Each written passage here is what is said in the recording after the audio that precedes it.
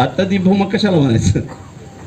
जर तुम्ही तुमच्या कर्तव्यासाठी आतूनच जागरूक झाले नाही, तुमच्या डिग्रीला महत्व नाही, तुमच्या राजनैतिक शक्तीला महत्व नाही, तुमच्या अर्थशक्तीला महत्व नाही, काय कामाचं? जर तुम्हाला दिलेलं हे बळ जे समाजातलं तुम्हाला मिळेलं आहे ते परत करण्याची तुमच्यात क्षमताच नसेल, तो अत्यधिक झालेला नसेल, तर तुमचं जगण्यामध्ये अर्थ नाही. तेवढं कर्तव्य बजावण्यासाठी आम्ही जातो की जे काही आम्ही समाजातनं प्राप्त केलं, जे फुलेशाहू आंबेडकरी चळवळीतनं प्राप्त केलं, जे समाजात बंधुभाव निर्माण करत असताना प्राप्त केलं, ते उगाच कुजू नये, ते सडू नये. कारण जिथं साचलं तिथं सडतं. तो प्रवाहित राहिला म्हणजे जिवंत असतं. तो प्रवाह प्रबोधनाचा जिवंत ठेवण्यासाठी आम्ही येतो या मंचावर.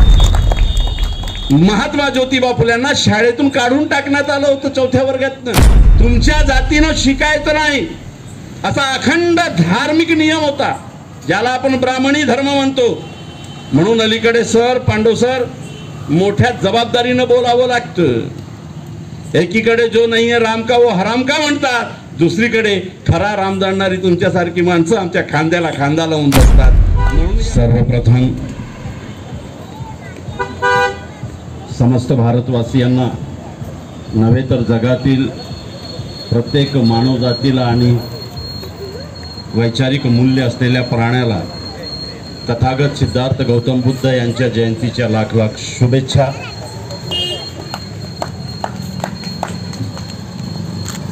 महाराष्ट्राचेच नव्हे तर भारताचे मान सन्मान स्वाभिमान छत्रपती शिवाजी महाराज, छत्रपती संभाजी महाराज यांना अभिवादन करतो. तुमचे आमचे सर्वांचे बहुजनांचे महानायक महात्मा ज्योतिबा फुले यांना सुद्धा अभिवादन करतो. कारण विहाराच्या समोर हा जो मंच लागलेला आहे, मला वाटतं या प्रबुद्ध असा मंचापासून या भारतात असलेल्या सर्व धर्मीयांनी मार्गदर्शन घेतलं पाहिजे आणि आपापल्या धार्मिक स्थळांच्या समोर असल्या प्रबोधनांचं आयोजन केलं पाहिजे, अशी अपेक्षा किमान करायला हरकत नाही. मग मशिदीसमोरही अशी प्रबोधनाचे व्याख्यानं झाले पाहिजे, मंदिरासमोर नितांत आवश्यकता आहे तिथेही झाले पाहिजे, चर्चेसमोरही झाले पाहिजे. कारण शेवटी धर्म कुणासाठी आहे गाथ्याकूट करण्यात अर्थ नाही, पण धर्मामध्ये जगणारे सगळे माणसं आहेत एवढं जरी आपण ओळखलं तरी या कार्यक्रमाचं महत्त्व तुम्हाला कळेल. महात्मा ज्योतिबा फुले यांच्या क्रांतीला दोन महानायकांचं महत्त्वाचं योगदान आहे. एक माई सावित्रीबाई फुले, ज्यांनी प्रत्येक पावलावर महात्मा ज्योतिबा फुले यांना सावलीसारखी साथ दिली, सोबत दिली. आज इथं जे माया बहिणी बसलेल्या दिसतात, किंबहुना मंचावर एक नगरसेविका आहे. मला सुरुवातीला अडखडल्यासारखं वाटत होतं, सगळे पुरुषच दिसत होते. म्हटलं ज्यांनी या जगामध्ये पहिल्यांदा स्त्रियांना समानता देऊन आपल्या संघामध्ये समाविष्ट करून समानतेचा अधिकार महिलांना दिलं, त्यांच्याच अनुयायाकडून इथं महिला नाकारल्या जातात की काय अशी शंका होती. पण आनंद वाटला की नाकारल्या गेलेल्या नाहीत. प्रतिनिधी म्हणून एक माजी नगरसेविका उपस्थित आहे आणि स्वागताला सुद्धा 2-3 महिला उपस्थित होत्या. महात्मा ज्योतिबा फुल्यांच्या क्रांतीला माई सावित्रीबाई फुलेंची इतकी साथ आहे की त्यांची साथ नसती तर आज नगरसेविका म्हणून या इथं दिसल्या नसत्या. तुमच्यापैकी महिला डॉक्टर, इंजिनियर, प्रोफेसर, पोलीस अधिकारी दिसल्या नसत्या, राजकारणात दिसल्या नसत्या. नवे मुर्मू नावाची आदिवासी बाई सुद्धा राष्ट्रपती दिसली नसती. याची जी ज्योती आहे या क्रांतीची ती सावित्रीबाई ज्योती आहे. म्हणून त्यांना सुद्धा या मंचावरून नमन करतो, अभिवादन करतो. क्रांती एकट्या माणसाची जरी दिसत असली तरी ती एकट्या माणसाची कधीच नसते. जगातला कोणताही एकटा माणूस कधीही क्रांती करूच शकलेला नाही आहे. तो प्रातिनिधिक असतो, तो प्रतिनिधित्व करीत असतो. मग बुद्ध असू द्या, येशू असू द्या, पैगंबर असू द्या, कबीर असू द्या, फुले असू द्या, कोणी पण असू द्या, तो प्रातिनिधिक स्वरूपात उभा राहतो आणि त्या तत्कालीन परिस्थितीच्या विरोधात युद्धासाठी उभा राहतो। ते युद्ध तत्वज्ञानिक असतं, ते युद्ध वैज्ञानिक असतं, ते युद्ध सांस्कृतिक असतं, ते युद्ध मानवतेसाठी असतं, ते युद्ध शोषणाच्या विरोधात असतं आणि लीड तो मग करीत असतो, म्हणून तो महामानव असतो। परंतु त्या सगळ्या संघर्षामध्ये अनेक लोकांचं योगदान असतं, हे विसरता कामा नये। सावित्रीबाई फुले जेव्हा शिक्षणाच्या महान कार्याची अंमलबजावणी करत होती तेव्हा 2 साड्या सोबत घेऊन जायची। शेण, महिला दगड अंगावर घ्यायची, शाळेमध्ये जाऊन अंगावर घाण पडलेली साडी बदलायची, आपल्या थैलीमध्ये किंवा तत्कालीन पर्समध्ये असलेली दुसरी साडी काढून पुन्हा घरी परत जायची लेकरांना शिकवून। यावेळेस सावित्रीबाईच्या खांद्याला खांदा लावून दुसरी एक बाई या क्रांतीसाठी तयार झालेली होती आणि सोबत चालत होती। तीही अंगावर दगड झेलत होती, तीही अंगावर घाण झेलत होती, तीही तेवढ्याच शिवा अंगावर घेत होती जेवढ्या सावित्रीबाई फुलेंना दिल्या जात होतं। आणि त्या दुसऱ्या बाईचं नाव होतं माई फातिमा शेख आणि त्यांच्यासोबत त्यांचे भाऊ होते उस्मान शेख। म्हणून या प्रबुद्ध मंचावरून महात्मा ज्योतिबा फुले, माई सावित्रीबाई फुले यांच्याबरोबर माई फातिमा शेख आणि त्यांचे भाऊ उस्मान शेख यांना सुद्धा अभिवादन करतो। केवळ यांनाच नव्हे, वर्तमानाच्या संकटामध्ये कुठेतरी आपण एकटे पडल्याचा जो आभास निर्माण केला जातो त्याची काट काय आहे? खरंच या देशातील बौद्ध एकटा पडणार आहे का? या देशातील मुसलमान एकटा पडणार आहे का? या देशातील समजूतदार हिंदू एकटे पडणार आहेत का? या देशातील समजूतदार शीख आणि ईसाई वेगळे पडणार आहेत का? ते वेगळे पडावे अशी खेळी खेळल्या जात असेल तरी ते कधीच वेगळे पडणार नाही, कारण त्यांच्या पाठीशी सर्वसमावेशक घेणारा डॉक्टर बाबासाहेब आंबेडकरांचा संविधान आहे, ज्याचे मूळ तत्व बौद्ध धर्माच्या शिकवणीतून आलेले आहे। म्हणून सर्वसमावेशक भूमिका घेणे ही आजच्या घडीची महत्त्वाची भूमिका आहे। माई सावित्रीबाई फुलेंची एक छोटीशी कविता आहे, अगदी छोटीशी, सुंदर कविता आहे त्यांची, की नसते जर गफ्फार मुन्शी बेग आणि लिजिट साहेब तर ज्योतिबा माझा महात्मा ज्योतिबा झाला नसता। किती क्रांतीची गर्भमूलक ही कविता आहे सावित्रीबाईंची, 3-4 ओळी आहे, पण काय आहे? नसते जर गफ्फार मुन्शी बेग आणि लिजिट साहेब तर ज्योतिबा माझा महात्मा ज्योतिबा झाला नसता। म्हणून म्हटलं क्रांती कोणत्याही एकट्या व्यक्तीनं होत नाही, क्रांती कोणताही एकटा समाज करूच शकत नाही, परंतु क्रांतीची आत्मबीजे असणारे समाज जर एकवटले तर या देशात निश्चितच क्रांती होते। 2024 ची निवडणूक ते दाखवून राहिलेली आहे की या देशामध्ये लोकांनी मनात आणलं तरच क्रांती होऊ शकते, कारण ही जी निवडणूक झाली ती पक्षांपेक्षा लोकांनी लढलेली आहे। म्हणून क्रांती अनेक समूहांच्या समुच्चयानं होत असतं। सावित्रीबाईंनी जी कविता लिहिली की नसते जर गफ्फार मुन्शी बेग आणि लिजिट साहेब तर ज्योतिबा महात्मा ज्योतिबा झाले नसते। डॉक्टर बाबासाहेब आंबेडकरांनी ज्यांना गुरु मानलं ते गुरु झाले नसते ज्योतिबा। काय घडलं होतं? आज या बौद्ध विहाराच्या प्रांगणामध्ये जे प्रबोधनाचं व्याख्यान होतो आहे त्याच्यासाठी मी चंद्रपूरवरून निघून इथं आलो। कारण काय? कारण मला बोलता येतं याच्यासाठी, कारण मी 5 पुस्तकं जास्त वाचली याच्यासाठी आलो, माझं नाव आहे महाराष्ट्रात याच्यासाठी आलो, की मी अनेक विषयामध्ये MA आहे MAd आहे म्हणून आलो नव्हे। आता ती मग कशाला म्हणायचं? जर तुम्ही तुमच्या कर्तव्यासाठी आतूनच जागरूक झाले नाही, तुमच्या डिग्रीला महत्व नाही, तुमच्या राजनैतिक शक्तीला महत्व नाही, तुमच्या अर्थशक्तीला महत्व नाही, काय कामाचं? जर तुम्हाला दिलेलं हे बळ जे समाजातनं तुम्हाला मिळेलं आहे ते परत करण्याची तुमच्यात क्षमताच नसेल, तो अत्यदिभव झालेला नसेल तर तुमचं जगण्यामध्ये अर्थ नाही। तेवढं कर्तव्य बजावण्यासाठी आम्ही जातो की जे काही आम्ही समाजातनं प्राप्त केलं, जे फुलेशाहू आंबेडकरी चळवळीतनं प्राप्त केलं, जे समाजात बंधुभाव निर्माण करत असताना प्राप्त केलं, ते उगाच कुजू नये, ते सडू नये, कारण जिथं साचलं तिथं सडतं, तो प्रवाहित राहिला म्हणजे जिवंत असतं। तो प्रवाह प्रबोधनाचा जिवंत ठेवण्यासाठी आम्ही येतो या मंचावरती। महात्मा ज्योतिबा फुल्यांना शाळेतून काढून टाकण्यात आलं होतं 4थ्या वर्गातनं। चौथ्या वर्गातनं शिकायचं नाही, तुमच्या जातीनं शिकायचं नाही, असा अखंड धार्मिक नियम होता, ज्याला आपण ब्राह्मणी धर्म म्हणतो. म्हणून अलीकडे सर, पांडव सर, मोठ्या जबाबदारीनं बोलावं लागतं.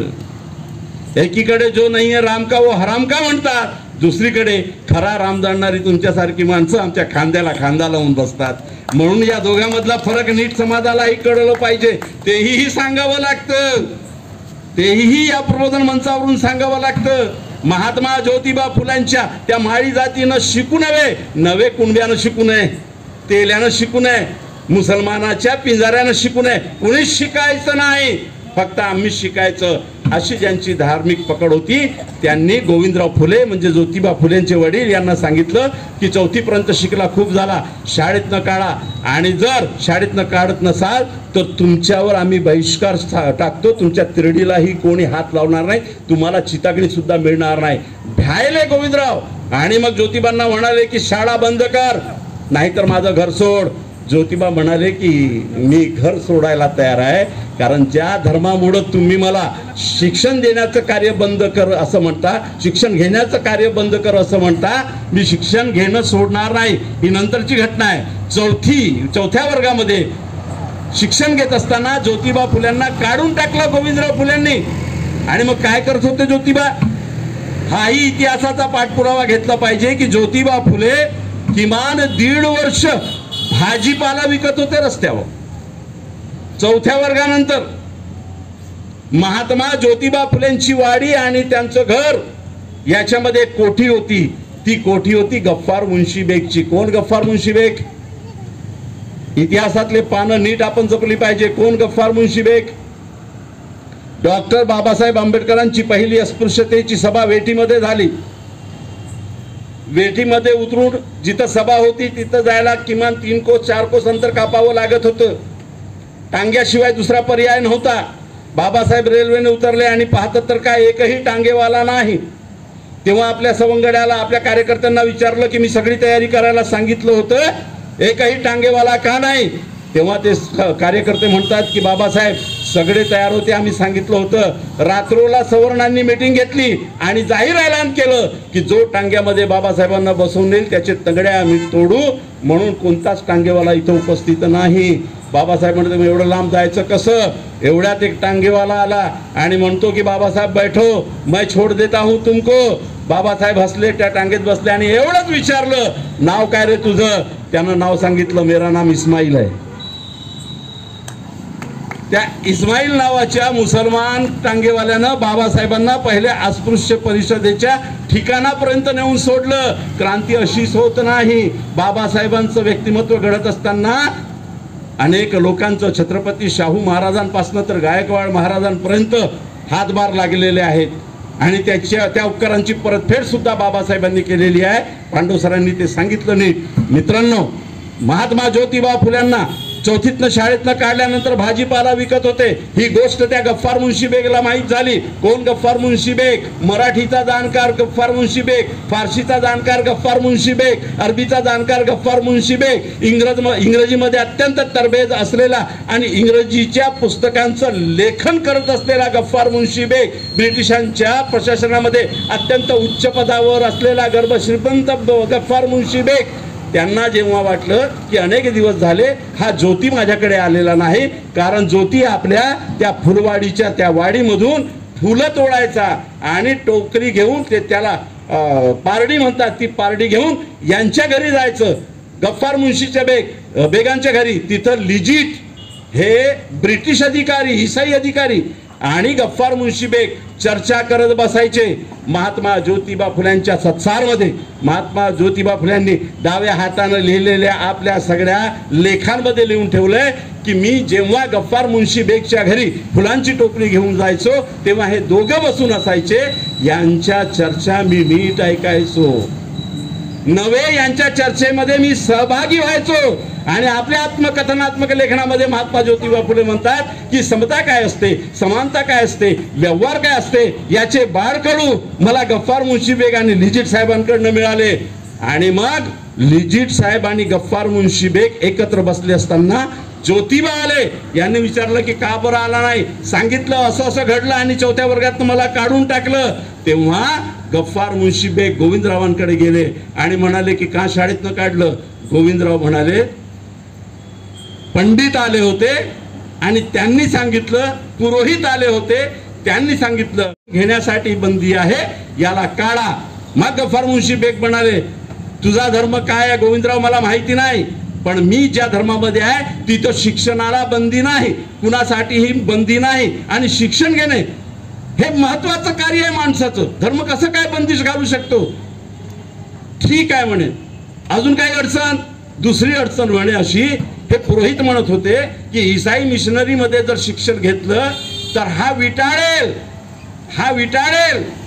2010 पासनं 2014 पासनं 2024 पर्यंत 2014 पासनं 2024 पर्यंत या देशामध्ये काय घडलंय हे उदाहरण तुमच्या पुढे सांगतो. महात्मा ज्योतिबांच्या काळातलं आणि वर्तमानाचं जरा सांगड घडते का तुम्हीच विचार करा. गोविंदराव महात्मा ज्योतिबा फुलेंचे वडील गफ्फार मुन्शी बेगला म्हणतायत की हे पंडित म्हणत होते, पुरोहित म्हणत होते, जर ईसाईंच्या शाळेमध्ये शिक्षण घेतलं तर हा धर्म भ्रष्ट होईल, हा बाटेल.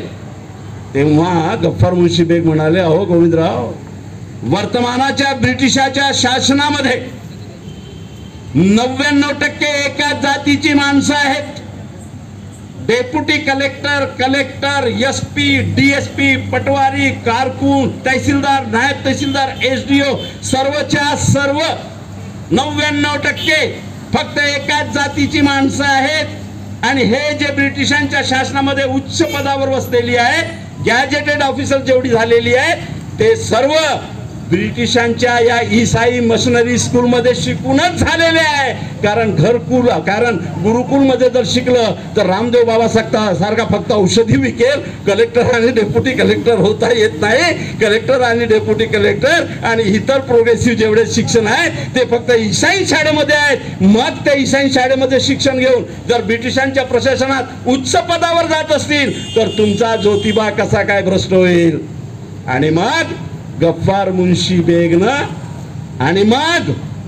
मुन्शी बेगनं महात्मा ज्योतिबा फुल्यांची शाळेची पेटी तयार केली, त्यांचे फीसचे पैसे घेतले, लिजिट साहेबांकडनं संदर्भासाठी पत्र घेतला आणि महात्मा ज्योतिबा फुल्यांना घेऊन पुण्याला स्कॉटिश मिशन इंग्लिश स्कूल मध्ये आले आणि महात्मा ज्योतिबा फुल्यांचा प्रवेश करून दिला. तो प्रवेश झाल्यानंतर ज्योतिबा शिकायला लागले आणि एवढे शिकले की ज्योतिबा हा महात्मा ज्योतिबा झाला. म्हणून सावित्रीबाई म्हणते जर नसते गफ्फार मुन्शी बेग आणि लिजिट साहेब तर ज्योतिबा माझा महात्मा ज्योतिबा झाला नसता. म्हणून या प्रबुद्ध मंचावरून त्या गफ्फार मुन्शी बेग आणि तो ईसाई अधिकारी लिजिट या दोघांनाही अभिवादन करतो, त्यांचेही उपकार मानतो या सांस्कृतिक संघर्षामध्ये. मित्रांनो, पुढे आपण जाऊया. छत्रपती शाहू महाराज ज्यांनी या देशामध्ये समतेसाठी सर्वात मोठा पाऊल टाकला आणि तो पाऊल होता आरक्षणाचा, ज्याच्यावर गदा आज आलेली आहे. 328 लोक 2024च्या निवडणुकीची आचारसंहिता लागू होण्यापूर्वी IAS झालेत. एकही UPSCच्या एक्झाम मधून आलेला नाही. सगळेच्या सगळे वरतून टपकलेले. हा फक्त बाबासाहेब आंबेडकरांच्या विरोधातील उभा झालेला लढा नाही 2014 पासूनचा.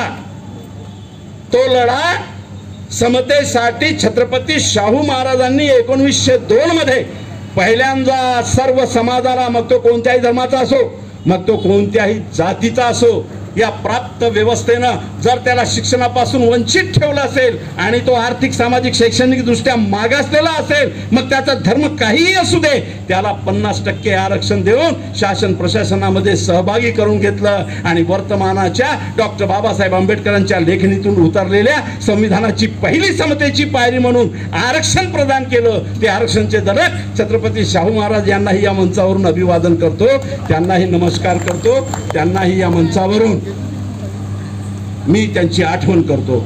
पुढे आपण जाऊया डॉक्टर बाबासाहेब आंबेडकरांपर्यंत. निश्चितच आज बौद्ध जयंतीच्या निमित्तानं अनेक गोष्टी मला थोडक्यात मांडायच्या आहेत। डॉक्टर बाबासाहेब आंबेडकर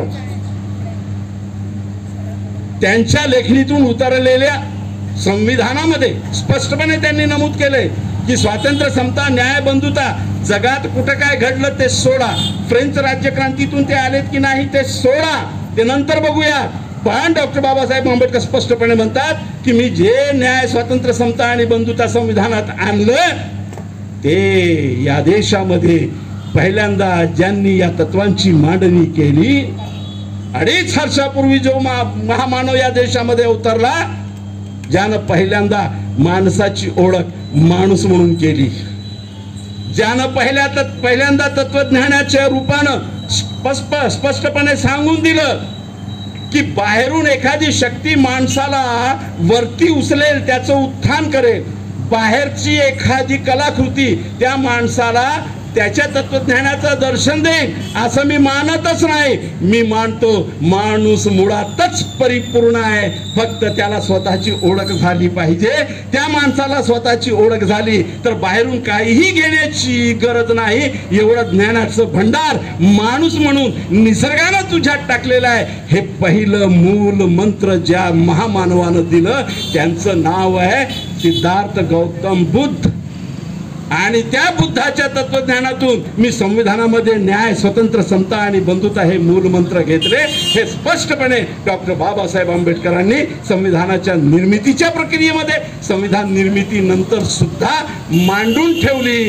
बाबासाहेबांकडे ही जर भूमिका नसती तर बाबासाहेबांच्या पूर्वी 3 संविधान या देशामध्ये निर्माण करण्यात आलेले होते, हेही लक्षात घेतलं पाहिजे। तत्पूर्वी या कार्यक्रमामध्ये उपस्थित असलेले आणि मंचावर विराजमान असलेले आणि ज्यांचा सत्कार आपण केलं ते आदरणीय गिरीशजी पांडव साहेब, मंचावर उपस्थित डॉक्टर प्रकाश ढगेजी, वीरेंद्र मेश्राम साहेब आणि आमचे मित्र जे आले नाहीत पण ज्यांची शुभेच्छा येत आहेत की आमदार अभिजित वंजारी साहेब, माजी नगरसेविका नैना झाडेजी, आमच्यासोबत आलेल्या तायरा शेख, रोशनी गणवीरजी, रत्नदीप बुद्धविहार समितीचे सर्व पदाधिकारी, अरुण भोगेजी, मोडगरेजी, डॉक्टर ढोके साहेब, विजय नावनवरे, महेंद्र देशभ्रतारजी, इंदुरकर साहेब, गवारे झोडापे गजबिये साहेब व समस्त महिला मंच आणि महिला मंडळ, तुमच्या सगळ्यांचे अभिवादन करतो पुनश्च की माझ्यासारख्या बाबर आणि औरंगजेबची औलाद नसलेल्या एका 18 पगड जातीच्या मुसलमानाच्या पोराला या मंचावर बोलवलं म्हणून तुम्हाला सलाम करून अभिवादन करतो। खरंच आहे, आदिवासी विभागामध्ये ज्या गावात मी जन्मलो तिथं 20-22 घरं मुसलमानांची, आज हिंदू समाज सगळा प्रबुद्ध नसला तरी त्याच्यातील ब्राह्मण समाज हा प्रबुद्ध आहे। त्यानं कशा प्रकारे लीड केलं याचं चित्रच तुमच्या समोर आहे। आता या समाजात आंबेडकरी समाज आपण ज्याला म्हणतो तो प्रबुद्ध आहे, तो कशा प्रकारे लीड करतोय हेही आपण पाहतो आहे। राजकारणामध्ये असलेले आंबेडकरी समाजाचं चित्र लक्षात नका घेऊ, जे सामाजिक आंदोलनात आहे त्यांचं चित्र लक्षात घ्या। मी स्वतः पाहिलेले आहे, मेश्राम, खोब्रागडे, गजबिये यांना स्वतः पाहिलेलं आहे। मेश्राम पासनं तर इथनं हे सामाजिक नाव आहे, हयात दिली या लोकांनी सामाजिक प्रबोधनासाठी। जेव्हा मंडलचं आंदोलन उभं झालं तेव्हा हा जावेद पाशा आपल्या टोळीसह 5000 पथनाट्य करून आम्ही मंडल जागवलं आणि 5000 प्रयोग जे केले ते मशिदी समोर नव्हते, ते मंदिरासमोर नव्हते, ते चर्च समोर नव्हते, ते प्रयोग महात्मा ज्योतिबा फुलेंची जयंती पुण्यतिथी, डॉक्टर बाबासाहेब आंबेडकरांची जयंती पुण्यतिथी, भगवान बुद्धाची जयंती पुण्यतिथी याच मंचावरून झाले। आणि ते मंच सजवणारे साहेब हेच शूरवीर होते, हे विसरता येत नाही। या देशामध्ये मंडलचा खरा अलग कुणी जागवला असेल तो आंबेडकरी समाजानंच जागवलं। आंबेडकरी समाज म्हणजे रक्ताचेच म्हणत नाही बरं का, मी स्वतःलाही आंबेडकरी म्हणून घेतो, कारण रक्तापेक्षा विचारांची किंमत जास्त असते, रक्तापेक्षा विचारांची किंमत जास्त असते। आंबेडकरी समाज म्हणजे विचार, समता, स्वातंत्र्य, न्याय, बंधुता आणि माझ्या देशाचं संविधान जागावं, त्या संविधानाच्या अनुषंगानं माझ्या देशातल्या प्रत्येक माणसाला न्याय मिळावं याच्यासाठी खपणारा, राबणारा कार्यकर्ता आणि त्यांचा समाज म्हणजे आंबेडकरी समाज असं मी मानतो। म्हणून हा समाज मोठा समाज आहे. प्रत्येक काळामध्ये कोणताच समाज प्रबुद्ध नसतो. मूठभर लोक असतात, ते लोक संपूर्ण समाजाला जागृत करत असतात. भंडाऱ्याला संविधानावरती माझं व्याख्यान होतं. माझ्या पूर्वी एक बोललेत, आपल्यातलीच डॉक्टर झालेली, पण काय बोललेत, आता माझ्या समाजानं कुंड्याचं बघायचं नाही, तेल्याचं बघायचं नाही, मुसलमानाचं बघायचं नाही, याचंही बघायचं नाही, त्याचंही बघायचं नाही, फक्त आम्ही आपलं बघायचं. याचं त्याचं बघताना आम्हाला खूप त्रास होतो, आपण आपलंच बघायचं. आपल्यालाच ठेकेदारी दिली का म्हणे, आपल्यालाच ठेकेदारी दिली का, काही आलं देशामध्ये तर आपणच ओरडायचं. मग मी गेलो व्याख्यानाला आणि मी बोललो, बाबा रे, तुला कुणी म्हटलं ठेकेदारी घेतली का? अरे बाबासाहेब आंबेडकरांनी ठेकेदारी ऑलरेडी दिली तुला. ही ठेकेदारी बाबासाहेबांनी तुम्हाला देऊनच टाकली. प्रश्न आहे तुम्हाला ते पेलवणार आहे की नाही. तुम्ही जर पेलवणार नसाल तर इतर समाज त्या प्रबुद्धतेला यायला आहे, तो तुमच्याच जागृतीनं हळूहळू येईल आणि असा येईल की तोही तुमच्या खांद्याला खांदा लावून उभं राहील. तोपर्यंत ही ठेकेदारी तुम्हाला पेलावंच लागेल. अहो, NRC CAA मध्ये बाबासाहेबांनी फुलेंचा फोटो घेऊन शेवटी मुस्लिम समाज रस्त्यावर आलाच ना. आला की नाही आला? कसा आला? एकदम मशिदीतून निघून आला नाही. त्याच्या मशिदीमध्ये जाऊन फुले आंबेडकरी चळवळीतल्या लोकांनीच सांगितलं, अरे नागरिकता जाणार आहे आणि त्या नागरिकतेच्या विरोधात ही जोडगवडी जी खेळी खेळते त्याच्या विरोधात तुम्हाला रस्त्यावर उतरावं लागेल. तुमची मशीद असू दे साबत, तुमचा नमाज आणि तुमचा रोजा, तुमचा सगळं काही असू दे, अरे नागरिकताच गेली तर काय राहणार आहे तुझ्या हाती. आणि तो आला ना रस्त्यावर, पेलून धरलं ना त्यानं आंदोलन. आणि या सगळ्याच्या मुळाशी कोणता समाज होता? हाच प्रबुद्ध समाज होता. म्हणून तुमची महत्वपूर्ण भूमिका या देशामध्ये आहे, विसरून चालत नाही. तुमची अत्यंत महत्वपूर्ण भूमिका आहे, हे विसरूनच चालत नाही. तुम्ही वैज्ञानिक आहात, कारण ज्या धम्माची दीक्षा तुम्हाला दिल्या गेली त्या धम्माचाही संघर्षाचा एक मोठा इतिहास आहे, एक मोठा इतिहास आहे. ज्या वेळेस बुद्धानं आपल्या क्रांतीला सुरुवात केली तो तमोयुग म्हणून म्हटल्या जातो. संस्कृतमध्ये त्याला तमोयुग म्हटल्या जातो. काय होतो त्याचा अर्थ? तमोयुगाचा खरा अर्थ होतो अंधार युग. म्हणजे बुद्ध ज्या काळी जन्माला आला त्या काळाला अंधार युग म्हटलं जातं. पण कोणत्या दृष्टिकोनातून तो अंधार युग होता? तो अंधार युग असा होता की माणसानं विचारच करू नये, आणि विचारच करू नये. मग दुसरी प्रक्रिया चालू होते. जेव्हा माणूस विचार करायला बंद करतो तेव्हा त्याला सांगणारी एक टोळी उभी राहते आणि ती टोळी म्हणते, हम जो बताएंगे वही सही, हम जो बताएंगे वही धर्म, हम जो बनाएंगे वही नियम, हम जो कहेंगे वही सही, क्योंकि हम नहीं कह रहे, हम उस ईश्वर के आदेश से कह रहे हैं. ही संपूर्ण व्यवस्था बुद्धाच्या समोर आक्रमकपणे उभी होती. आणि मग बुद्धानं या व्यवस्थेच्या विरोधात आपल्या क्रांतीला सुरुवात केली. आणि आपल्या क्रांतीला सुरुवात करत असताना सर्वप्रथम बुद्धानं जे वचन दिलं ते महत्वाचं आहे. ते वचन मी सांगतो म्हणून ऐकायचं नाही, मी सांगतो म्हणून ऐकायचं नाही. सारासार विचार करा. पटत असेल, वैज्ञानिक जर कसोटीवर पूर्ण होत असेल तर ते मानायचं. मी सांगतोय म्हणून ते अंतिम सत्य आहे असं मानायचं नाही. क्रांतीची सुरुवात इथनं झालेली आहे. माणसाच्या वैचारिकतेला पाझर फुटण्याचा हा काळ होता बौद्ध तत्वज्ञानाचा. ज्या पुरोहितशाहीनं तुमच्या विचारांची शृंखलाच खुंटून टाकली होती, नवे धर्मग्रंथांच्या माध्यमातून एवढं भयगंड, एवढं न्यूनगंड तुमच्यात निर्माण केलेलं होतं की तुमच्या समोर, तुमच्यावर, तुमच्या देखत होणाऱ्या अत्याचारालाही तुम्ही तुमचं भाग्य मानून टाकलेलं होतं. एवढ्या भयानक, एवढ्या ग्रंथप्रामाण्यवादी, एवढ्या जोखडलेल्या व्यवस्थेतून बुद्धानं स्वतःची क्रांती केली. पण ही क्रांती सुद्धा संपलेली आहे एका काळामध्ये. पुष्यमित्र शुंगाच्या रूपानं या क्रांतीला सुद्धा नष्ट केलेलं आहे. का बरं घडलं ते? एवढा मोठा बुद्धाचा तत्वज्ञान, एवढी मोठी वैज्ञानिक भूमिका, सम्राट अशोकापासून बृहदत्तापर्यंत आलेला बौद्ध सम्राटांचा कार्यकाळ एका पुष्यमित्र शृंगानं संपवून टाकलं. तेच चॅलेंजेस वर्तमानात आहे. म्हणून आपल्यापैकी कुणीही म्हणू नये कि मेरे को क्या ठेकेदारी दी है, क्या उधर क्या हो रहा है मैं नहीं जानता हूँ, उधर क्या होगा मेरे को इससे कोई लेना देना नहीं है, मैं अपने घर में सेफ हूँ. काय चूक झाली होती, काय घडलं होतं.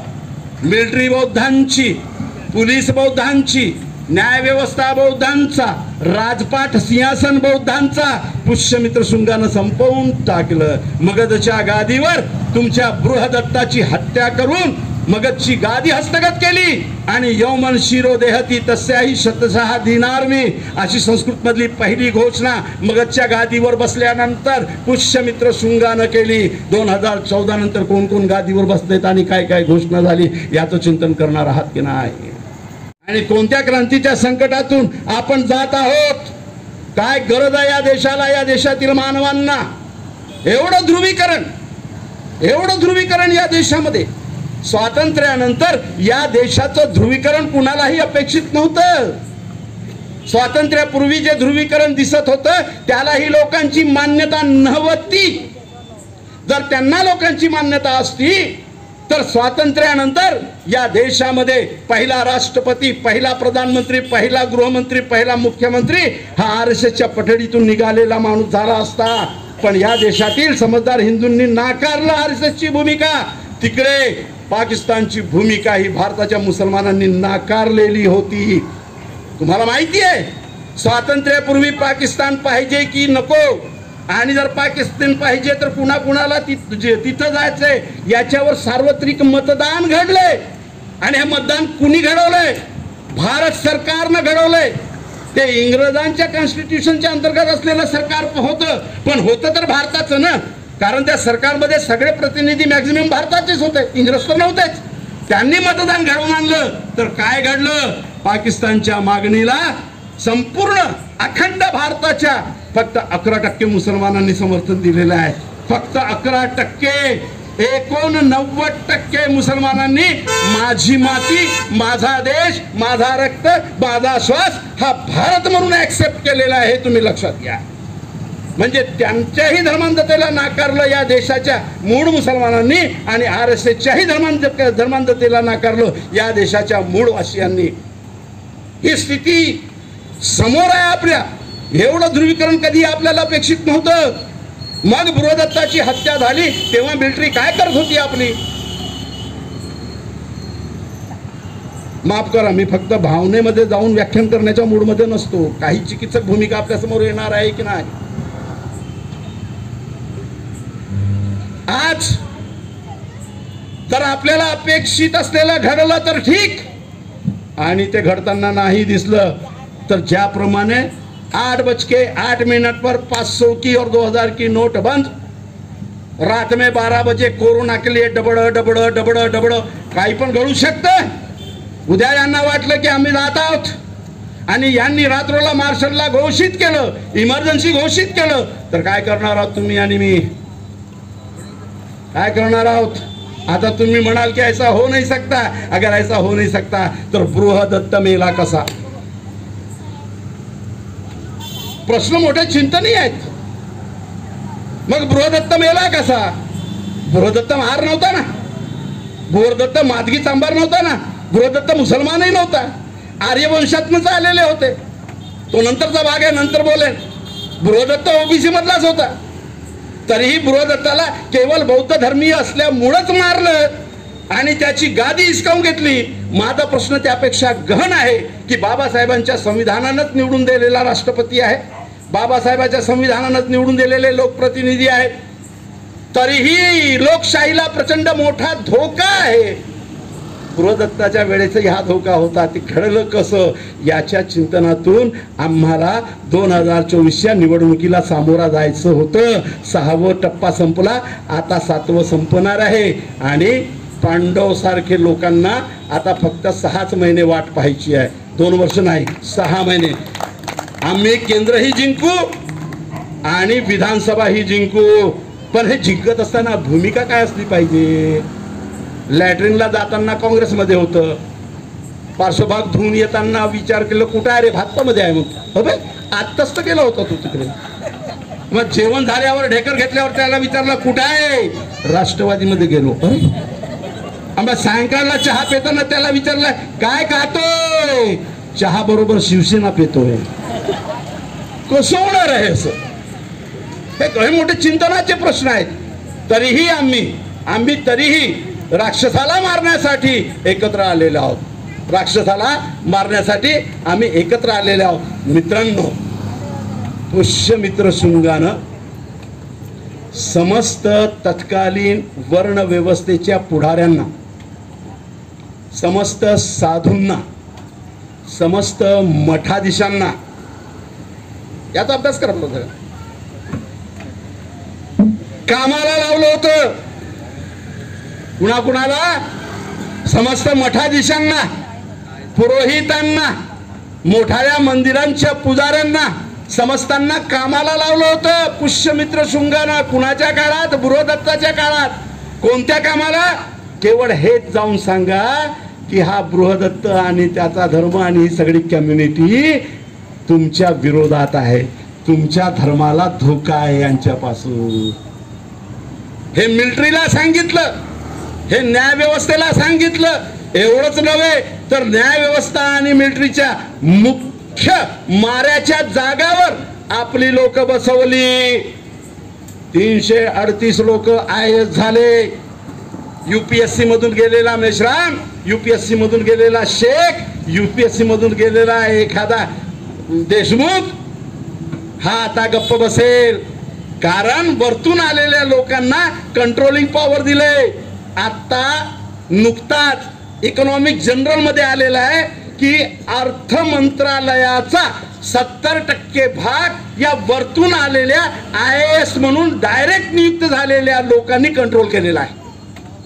लक्षात घ्या, बृहदत्ताच्या वेळेस हेच कंट्रोलिंग यांनी केलेलं होतं. म्हणून गफलतीत राहू नका कि हम देख लेंगे, हम हाथ काट डालेंगे, संविधान को हाथ तो लगाने दे, हम चीर डालेंगे, या भावनेत राहू नका. ही प्रक्रिया मोठी श्रूडपणे ते खेळतात. त्याची नीट चिरफाड करून लोकांसमोर वस्तुस्थिती मांडण्याची जबाबदारी लोकांनी उचलली पाहिजे. मित्रांनो, काय धोका होता? पुष्यमित्रापर्यंत ही क्रांती आल्यानंतर उलटली जाते आणि 84 बौद्ध विहार जाळल्या गेले. का जाळल्या गेले? 136 प्रायव्हेट युनिव्हर्सिटी प्रपोजल्स आहेत. मुलांना मिळाला असता त्याकडे तर महात्मा ज्योतिबा म्हटले असते की थॉमस पेन नाही, डॉक्टर बाबासाहेब आंबेडकरांचं ते ग्रंथ वाचून मला कळलं मानवी हक्क काय असतात आणि मानवीय मूल्य काय असतात. कारण हे तत्वज्ञान महात्मा ज्योतिबा फुल्यांना सुद्धा बुद्धापासूनच घ्यावं लागलं असतं, पण थॉमस पेन वाचावा लागला. कारण शिक्षणासंबंधी, मराठी संबंधी, इंग्रजी संबंधी वाचा तर फक्त संस्कृत मध्ये वाचा. कोण वाचतील? तेच. आणि संस्कृतचा अर्थ काय कोण सांगतील? तेच. त्याप्रमाणे गुलामीत वागायचं. म्हणून महात्मा ज्योतिबा फुल्यांना थॉमस पेन वाचावं लागलं. आणि तुम्हालाही बाबासाहेब नसते तर बुद्ध वाचता आला नसता. आणि जर बुद्ध वाचता आला नसता तर या देशाचं संविधानच निर्माण झालं नसतं. 3 संविधान निर्माण झालेत बाबासाहेबांच्या ऐवजी. आधी एक 1925 मध्ये मोतीलाल नेहरूंनी निर्माण केलं. जेव्हा ब्रिटिशांनी म्हटलं 1917 मध्ये घोषणा झाली की टप्प्याटप्प्यानं आम्ही या देशाला स्वातंत्र्य देऊ. 1935 मध्ये भारताचा पहिला कायदा झाला. त्याच्याकृती ब्रिटिशांनी जाहीर केलं की तुम्हाला जर भारताचा प्रारूप संविधानात्मक निर्माण करायचं असेल तर मला द्या. 1925 मध्ये मोतीलाल नेहरू म्हणाले की हम संविधान देते हैं. मोतीलाल नेहरू कमिटीनं 25-26ला कार्य केलं आणि 27ला भारताचा पहिला संविधान निर्माण करून ब्रिटिश काउन्सिलला सोपवलं. कुठं गेलं तो संविधान? त्या संविधानाला पहिल्याच बैठकीमध्ये ब्रिटिश काउन्सिलनं रिफ्यूज केलं. हे नीट लक्षात घ्या. का बरं रिफ्यूज केलं? कारण त्यांनी सांगितलं की किमान ब्रिटिश इंडिया कॉन्स्टिट्यूशन अस्तित्वात असताना जे मूल्य नागरिक म्हणून आम्ही या देशाच्या मानवांना दिलं त्याची किमान प्रचिती तुमच्या या नवीन संविधानामध्ये दिसायला पाहिजे होती. तुम्ही तर मुळासकट मानवी अधिकार, नागरिक अधिकार याचं पार पाणलोट करून टाकलं आणि असंच संविधान तुम्ही निर्माण केलंय की ज्या संविधानावर आधारलेलं जर देशाचं सत्तांतरण आम्ही केलं तर ही सत्ता पुन्हा मूठभरांची बटीक बसेल, म्हणून मोतीलाल नेहरूंचं संविधान रद्द करून टाकण्यात आलं. दुसरा संविधान कोणी लिहिलं? हे पहिलं झालं. डॉक्टर मोटवानी नावाचे खूप मोठे शास्त्रज्ञ होऊन गेले, समाजशास्त्रज्ञ. अडवाणींचेच कोणीतरी नातेवाईक होते म्हणे. त्या मोटवानींनं आपल्या भारताचा एक संविधान निर्माण केला. तो कालावधी मला वाटते 36-37चा काहीतरी कालावधी आहे, एक्झॅक्टली मला माहिती नाही. 37-38चा कालावधी आहे. मोठा ग्रंथ लिहिला, भारताची आचारसंहिता. काय आहे त्या संविधानामध्ये? 80% पांडवजी मनुस्मृती. ब्रिटिशांनी तेही नाकारलं, म्हणे ऐसा नाही चलेगा, हे संविधान नाहीये. आणि मग म्हटलं नवीन संविधान नीट लिहा. भारतामध्ये 61 बॅरिस्टर होते. बाबासाहेब एकटेच नव्हते, महात्मा गांधी पण होते. सरदार वल्लभभाई पटेल नाही बॅरिस्टरी भेटली होती. असे जर प्रॉमिनंट काढले तर भारतामध्ये 61 बॅरिस्टर होते, कायद्याचे जाणकार, मास्टर इन लॉ. सगळ्यांना भोंके लावून आवाज देण्यात आलं, हो भारताचं संविधान निर्माण करायचे, कोणीतरी पुढे या, कोणीतरी पुढे या, कोणीतरी पुढे या.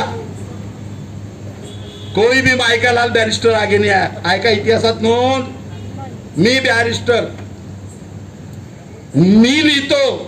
आज ओबीसी वर कोई मायकालाल है बोलो असं कोणी म्हटलं, हे पटकन उभे राहत.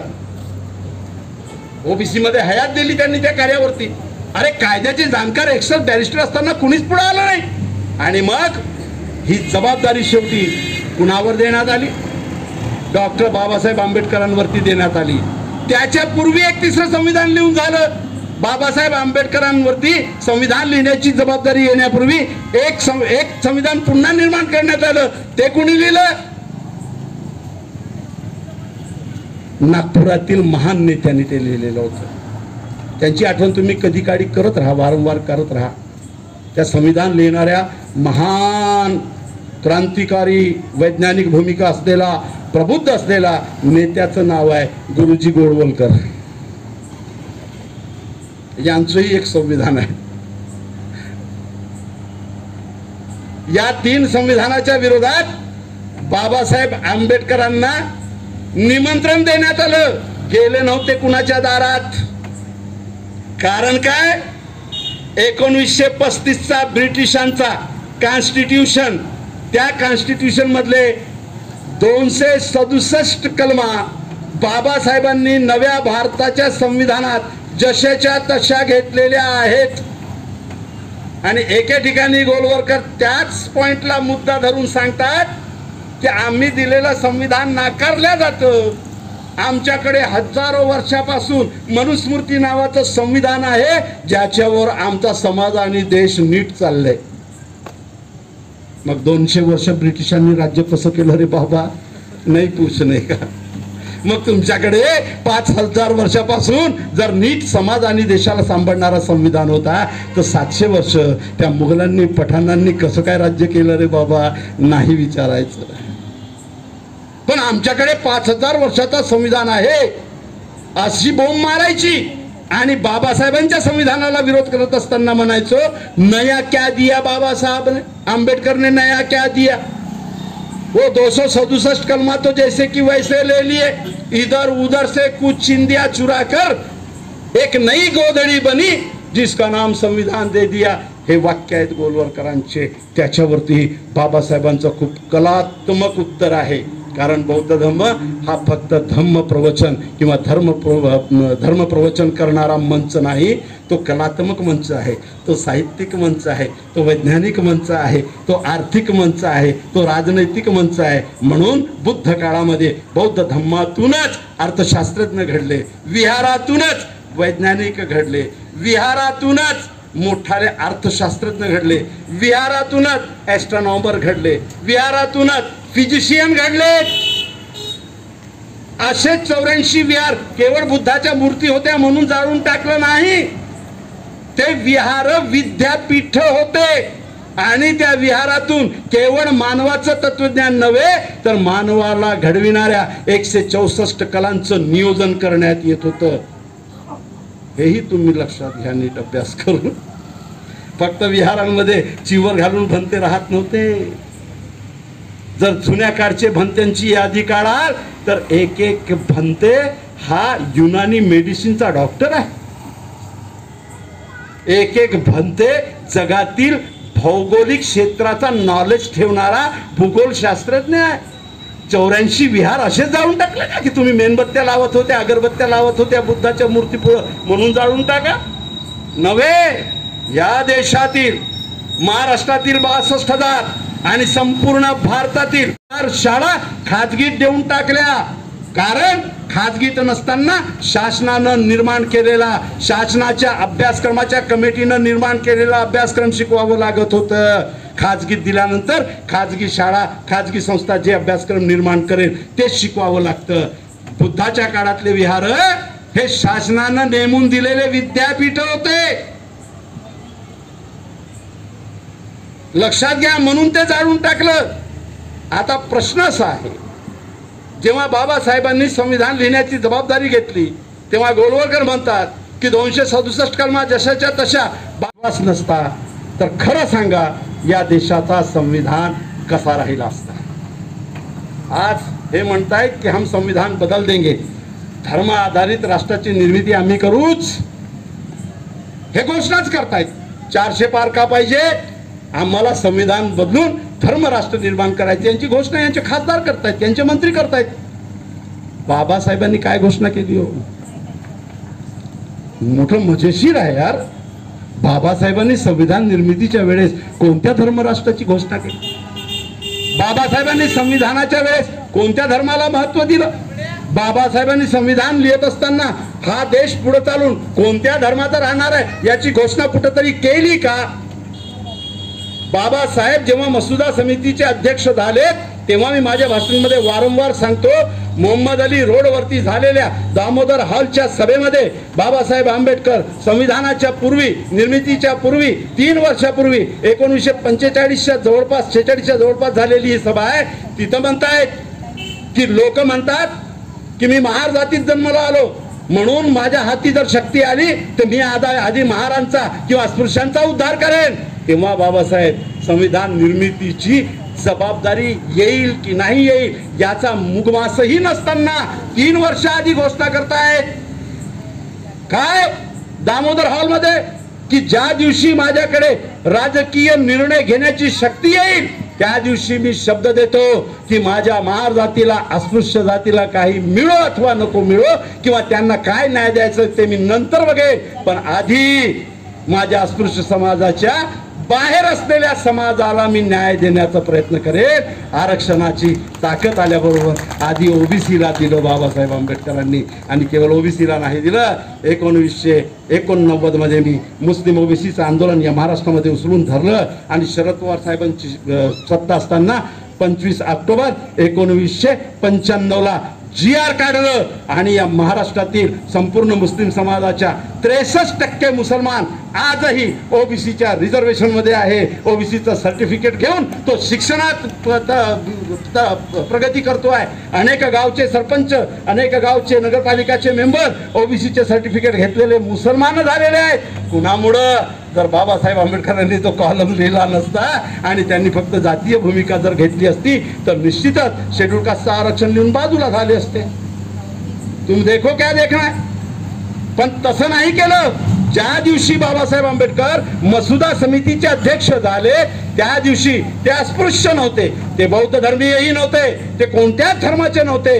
त्या दिवशी डॉक्टर बाबासाहेब आंबेडकर मसुदा समितीचे अध्यक्ष झाले त्या दिवशी ते या देशाच्या समस्त जातीचे पितृतुल्य नेते होते.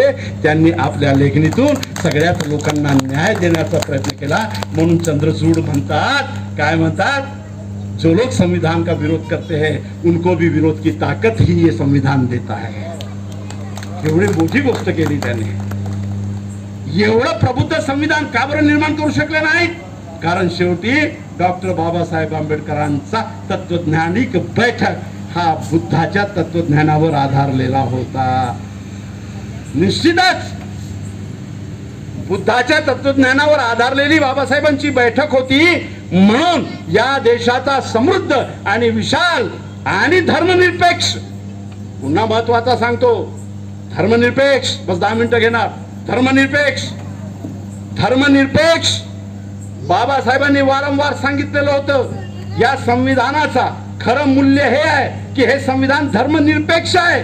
याचा अर्थ कोणताही धर्म मानणाऱ्या माणसांना या संविधानावर कुरघोडी करू नये. आमच्या धर्माची माणसं जास्त आहेत म्हणून या संविधानाचं मानवीय मूल्य असलेलं तत्व आपल्या पायाखाली तुडवण्याची भाषा करू नयेत. ही सगळी मांडणी बाबासाहेबांची बौद्ध तत्वज्ञानातून आली. वर्तमानामध्ये मित्रांनो, आमची आणि तुमची जबाबदारी आहे. धर्म नावाची संस्था आहे, ती शक्तिशाली आहे. एकदा हे नीट मनातनं ठासून माना, ऍक्सेप्ट करा. ते धर्म नावाची संस्था आहे.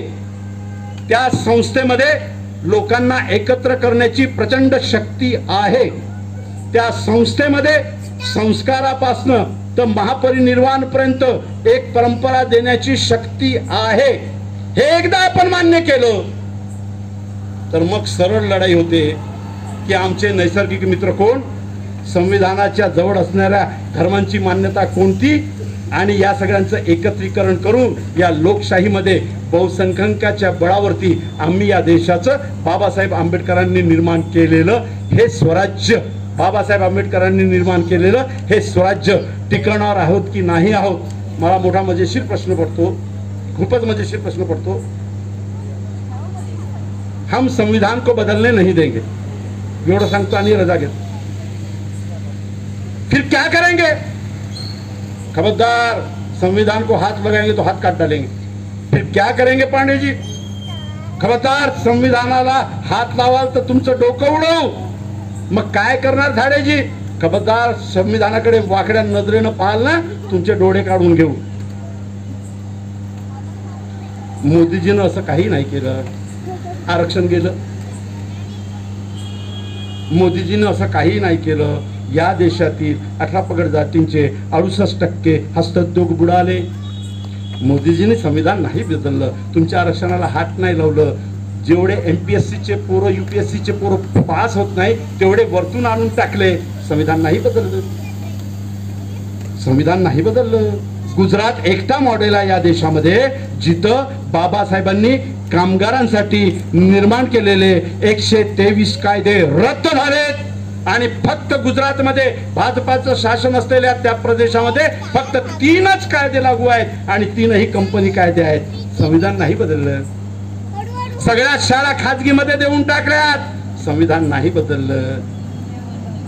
चालत्या ट्रेन मध्ये एखादा पोलीस अधिकारी हा आपल्या वरिष्ठ कनिष्ठ असलेल्या जातीच्या माणसाला निवडून अधिकारी असला तरी त्याला मारतो आणि निवडून 3 मुसलमानांना मारतो आणि तिथं भाषण ठोकतो.